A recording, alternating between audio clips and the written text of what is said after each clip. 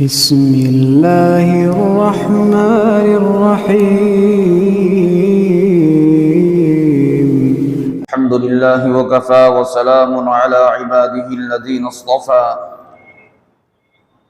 اما بعد فاعوذ باللہ من الشیطان الرجیم بسم اللہ الرحمن الرحیم سبحان الذی اسری بعبده لیلا من المسجد الحرام إلى المسجد الأقصى الذي باركنا حوله لنريه من آياتنا إنه هو السميع البصير رب اشرح لي صدري ويسر لي أمري واحلل عقدة من لساني يفقهوا قولي اللهم صل على سيدنا محمد وعلى آل سيدنا محمد وبارك وسلم. عزیزان محترم، بزرگوں، بھائیوں، دوستوں،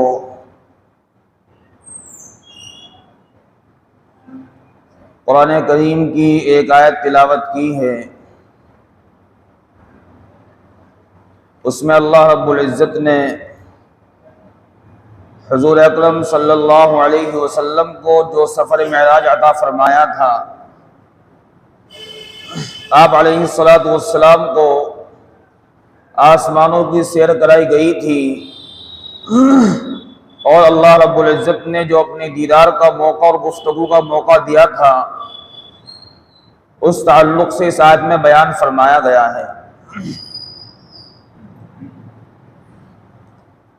اللہ رب العزت کا یہ فرمان ہے، پاک ہے وہ ذات، سبحان الذی اسری بعبدہ لیلا، پاک ہے وہ ذات جو اپنے بندے کو راتوں رات لے گئی من المسجد الحرام، مسجد حرام یعنی خانہ کعبہ سے، بیت اللہ سے، المسجد الاقصی، کہاں لے گئی؟ مسجد حرام سے، مسجد حرام سے مسجد اقصی کی طرف لے گئی.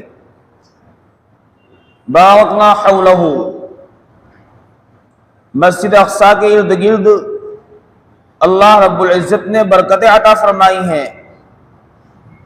تو حضور اکرم صلی اللہ علیہ وسلم کو جو معراج کرائی گئی، وہ ڈائریکٹ مکہ مکرمہ سے آسمانوں کی طرف نہیں کرائی گئی، اگرچہ اللہ رب العزت اس بات پر بھی قادر ہے کہ اللہ ڈائریکٹ حضور اکرم صلی اللہ علیہ وسلم کو مکہ مکرمہ سے آسمان دنیا پر اور آسمان دنیا سے اپنی ذات تک سفر کرا دیتے، لیکن اللہ رب العزت نے ڈائریکٹ مکہ مکرمہ سے نہ کرا کر مسجد اقصی پہلے بھیجا اور مسجد اقصی سے پھر آسمانوں کی طرف سیر کرائی. اس میں کیا حکمت ہے؟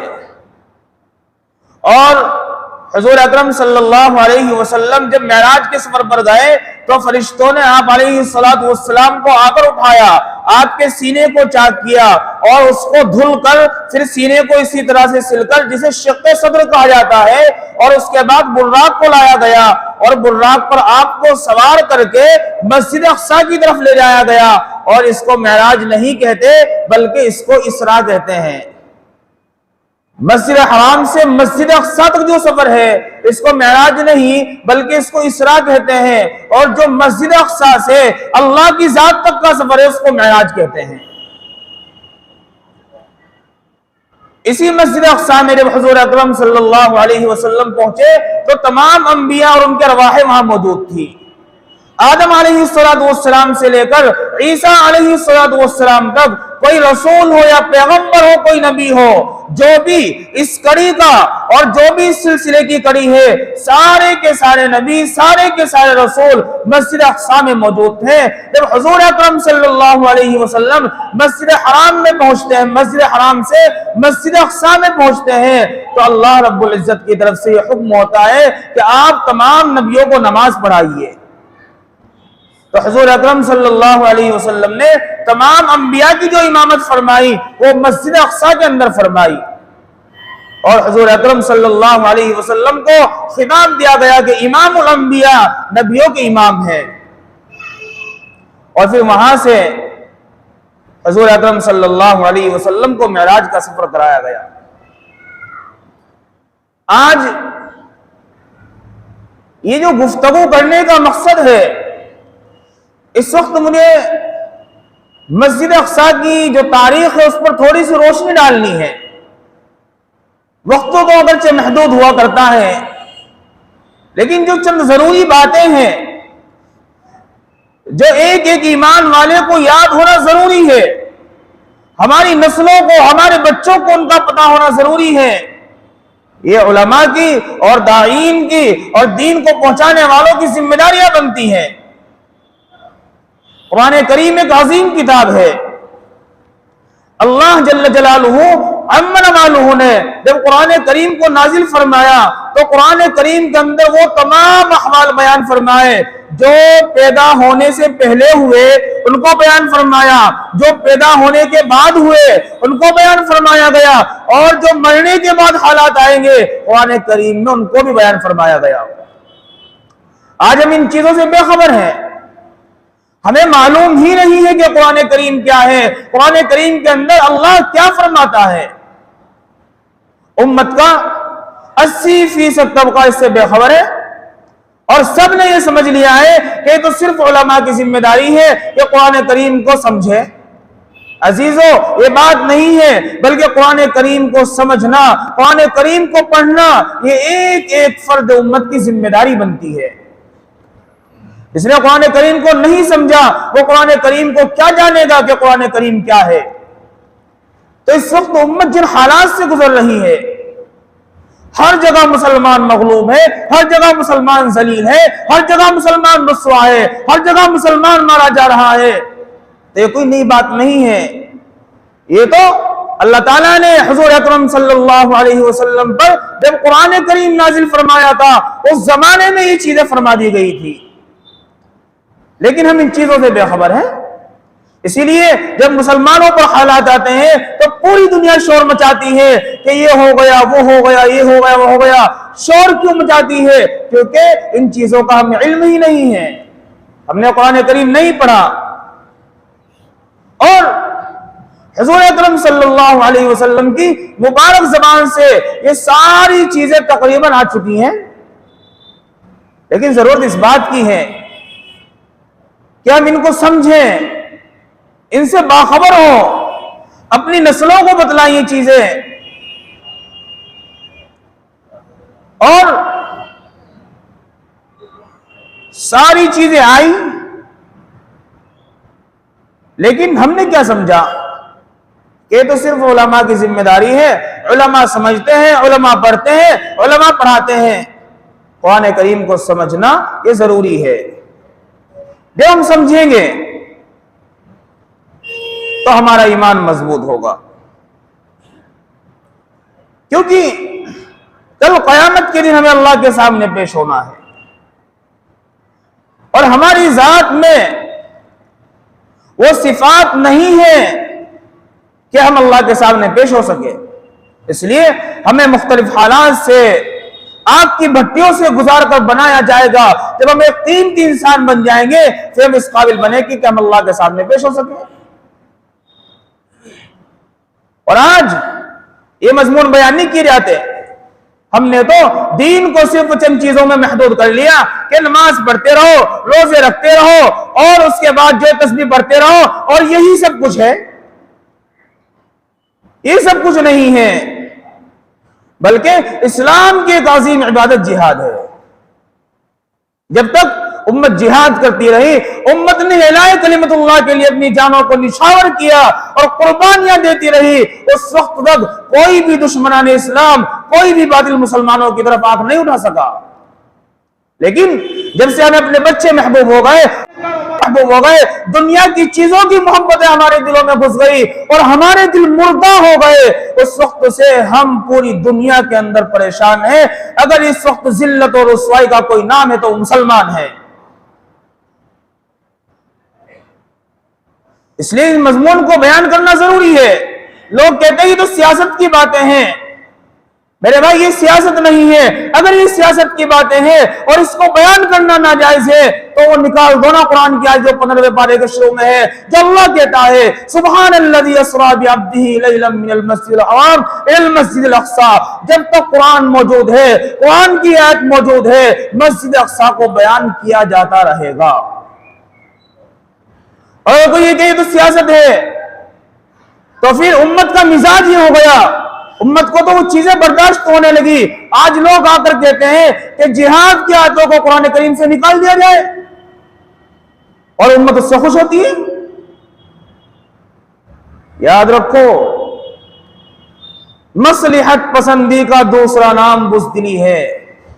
حضرت شیخ فرمایا کرتے تھے کہ مصلحت کا دوسرا نام, جو لوگ کہتے ہیں مصلحت یہ ہے, مصلحت یہ ہے, یہ مصلحت نہیں ہے بلکہ یہ تو بزدلی ہے. اس لیے آج ضرورت اس بات کی ہے ہم تاریخ کو پڑھیں, اپنے اکابرین کو پڑھیں, اسلام کی تاریخ کو پڑھیں, اعلاء کلمت اللہ کے لیے کن کن لوگوں نے اور کن کن صحابہ نے قربانیاں دی تھی, ان سب کو پڑھیں اور اس سے ہمارا ایمان مضبوط ہوگا. مسجد اقصی کا پس منظر کیا ہے؟ اللہ رب العزت نے جب آدم علیہ السلام کو اس دنیا میں اتارا تو سب سے پہلے جو اس دنیا کے اندر عبادت گاہ بنائی گئی وہ بیت الحرام ہے, خانہ کعبہ. ان اول بیت وضع للناس للذی ببکۃ مبارکا وہدی للعالمین. اللہ کے سامنے جھکنے کے لیے, پیشانی کو ٹکانے کے لیے اگر کوئی گھر بنایا گیا ہے سب سے پہلے دنیا کے اندر, کائنات کے اندر, تو وہ بیت اللہ ہے, خانہ کعبہ ہے. اور بیت اللہ کے ٹھیک 40 سال کے بعد آدم علیہ السلام نے مسجد اقصی کو بنایا. دوسرا یہ گھر ہے. بہت سی روایتوں میں یہ بات ملتی ہے کہ مسجد اقصی کو جو تعمیر کیا وہ ابراہیم علیہ السلام نے کیا. روایات کے اختلاف کے پیش نظر جو بھی ہے, اب تو صرف یہ ہے کہ جس نے بھی اس کو تعمیر کیا وہ ایک مقدس گھر ہے اللہ رب العزت کی عبادت کرنے کے لیے, اور وہ ہمارے سامنے موجود ہے. ابراہیم علیہ السلام نے 2 مقام تعمیر کیے, ایک خانہ کعبہ اور ایک مسجد اقصی. اور حضرت ابراہیم علیہ السلام کے 2 بیٹے تھے. سنیے گا, یہ انبیاء کا سلسلہ ہے اور یاد رکھنے کی چیزیں ہیں. ایک اسحاق علیہ السلام اور دوسرے اسماعیل علیہ السلام, جن کو ذبیح اللہ بھی کہا جاتا ہے. اسحاق علیہ السلام کو ابراہیم علیہ السلام نے فلسطین میں آباد فرمایا. ان کی قوم کو, ان کی نسل کو مسجد اقصی اور فلسطین کی حفاظت کے لیے وہاں آباد کیا. اور اسماعیل علیہ السلام نے, ابراہیم علیہ السلام نے اسماعیل علیہ السلام کو خانہ کعبہ کے آس پاس آباد فرمایا. اسحاق علیہ السلام وہاں رہنے لگے.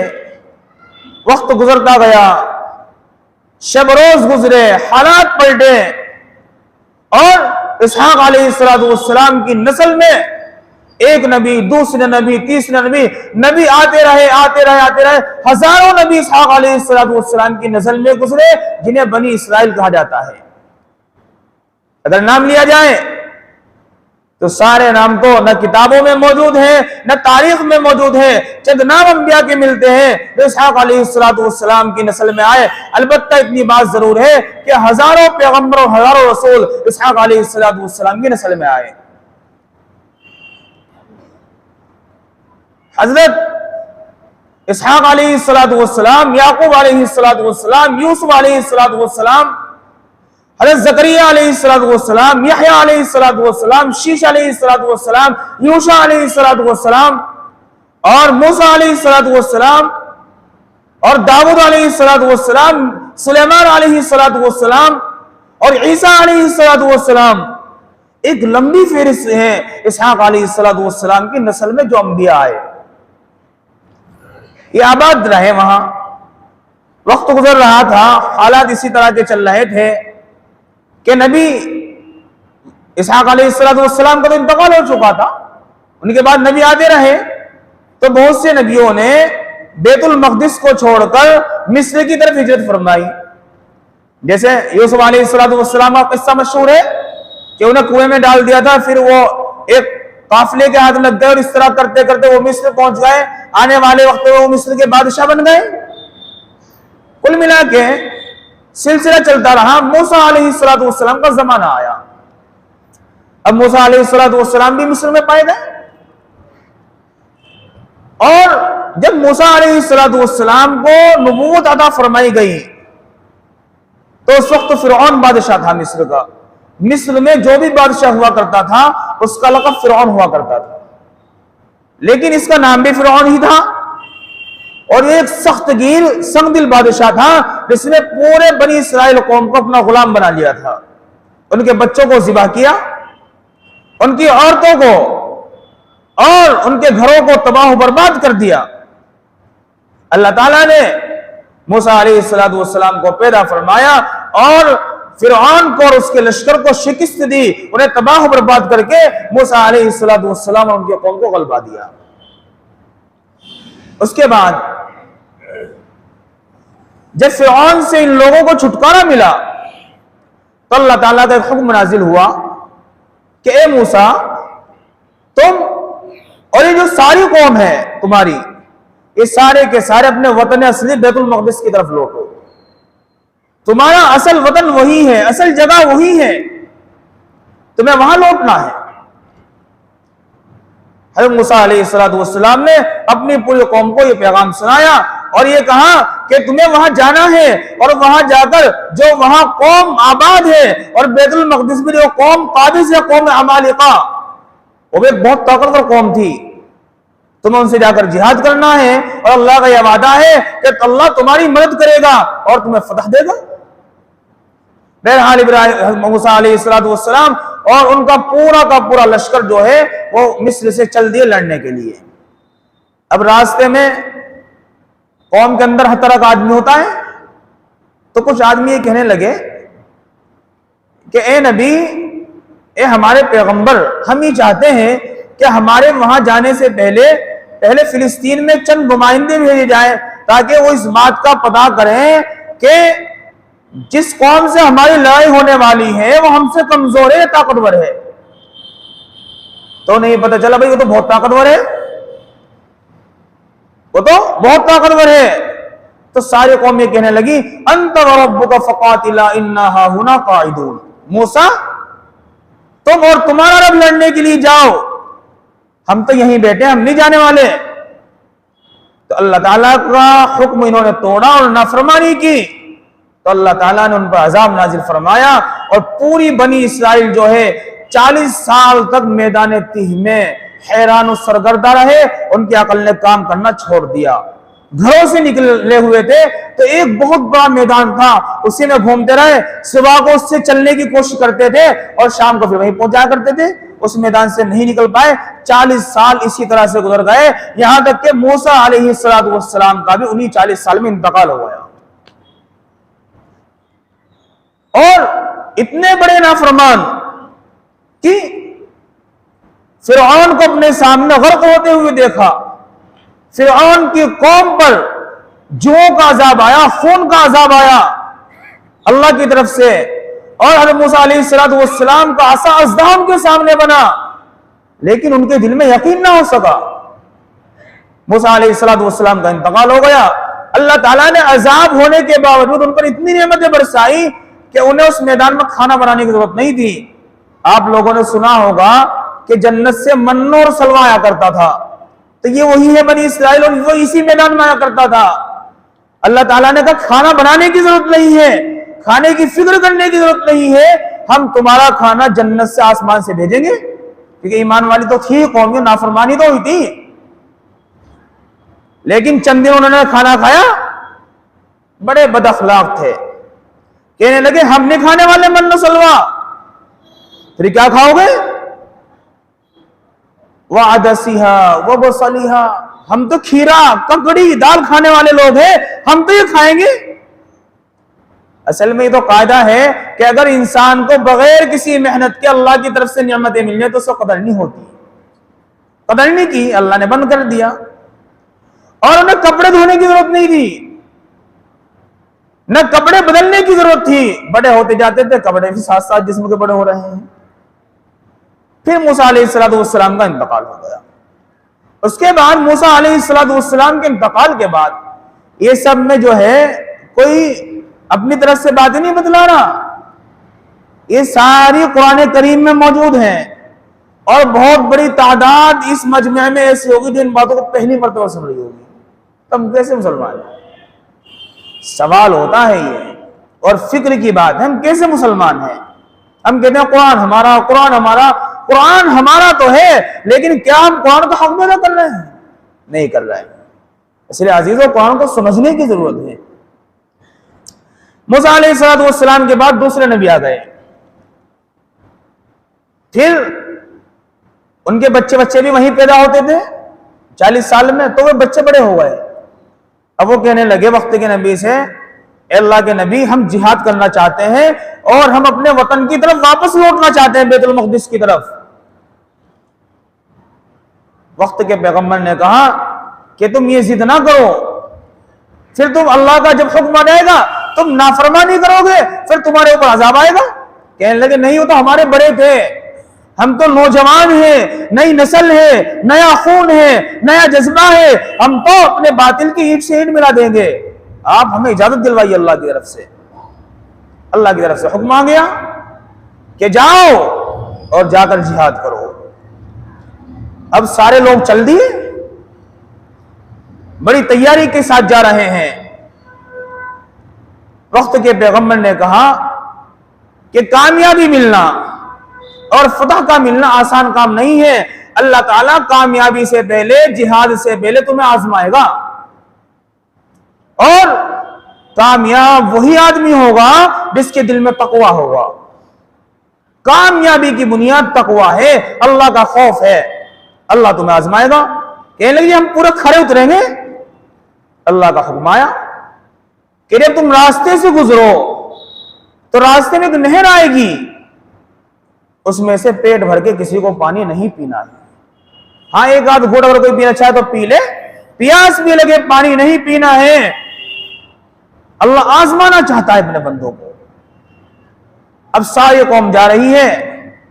اب جب وہ نہر کے پاس سے گزری, سارے لوگوں نے پانی پی لیا. فَشَرِبُوا مِنْهُ إِلَّا قَلِيلًا مِنْهُمْ, سارے لوگوں نے پانی پی لیا پیٹ بھر کے, اور کہنے لگے ارے جو ہوگا دیکھی جائے گی. ہم بھی دیکھتے ہیں نا, ارے جو ہوگا دیکھی جائے گی, تو زندگی ساتھ لگا ہوا ہے. ساری قوم نے پانی پی لیا سوائے چند آدمیوں کے. اور جیسے ہی پانی پیا تو دشمن کی طرف سے ان کے دل میں جو ایک جذبہ تھا ایمانی اور ایک رعب تھا, وہ سارا ختم ہو گیا. اس سے کیا پتہ چلتا ہے کہ گناہ کرنے سے بزدلی پیدا ہوتی ہے, حرام کھانے سے بزدلی پیدا ہوتی ہے. اللہ نے جس چیز کو پینے سے منع کر دیا اس چیز کو پیا تو اللہ تعالیٰ نے دشمن کا رعب ان کے دلوں میں ڈال دیا. حرام پینے سے, حرام کھانے سے, حرام کام کرنے سے انسان کی جو ہمت ہے اور ایمانی قوت ہے, اسلامی جو غیرت ہے, اس کا جنازہ نکل جاتا ہے. آج ہمارا وہی حال ہے. بہرحال اب ان پہ تو رعب طاری ہو گئے تو بھاگ پڑے, بھائی ہم نہیں لڑ سکتے. اب چند آدمی ان میں رہ گئے, اور انہوں نے کیا کہا کہ وقت کے پیغمبر آپ چلیے ہم لڑیں گے, اور ہمارے پاس صرف دو راستے ہیں, یا تو ہم بیت المقدس کو آزاد کرا کے فاتح ہوں گے اور مجاہد بن کے لوٹیں گے, یا پھر ہم اللہ کے راستے میں اور اللہ کے سامنے شہادت دے کے پیش ہو جائیں گے. ان کا جذبہ دیکھا.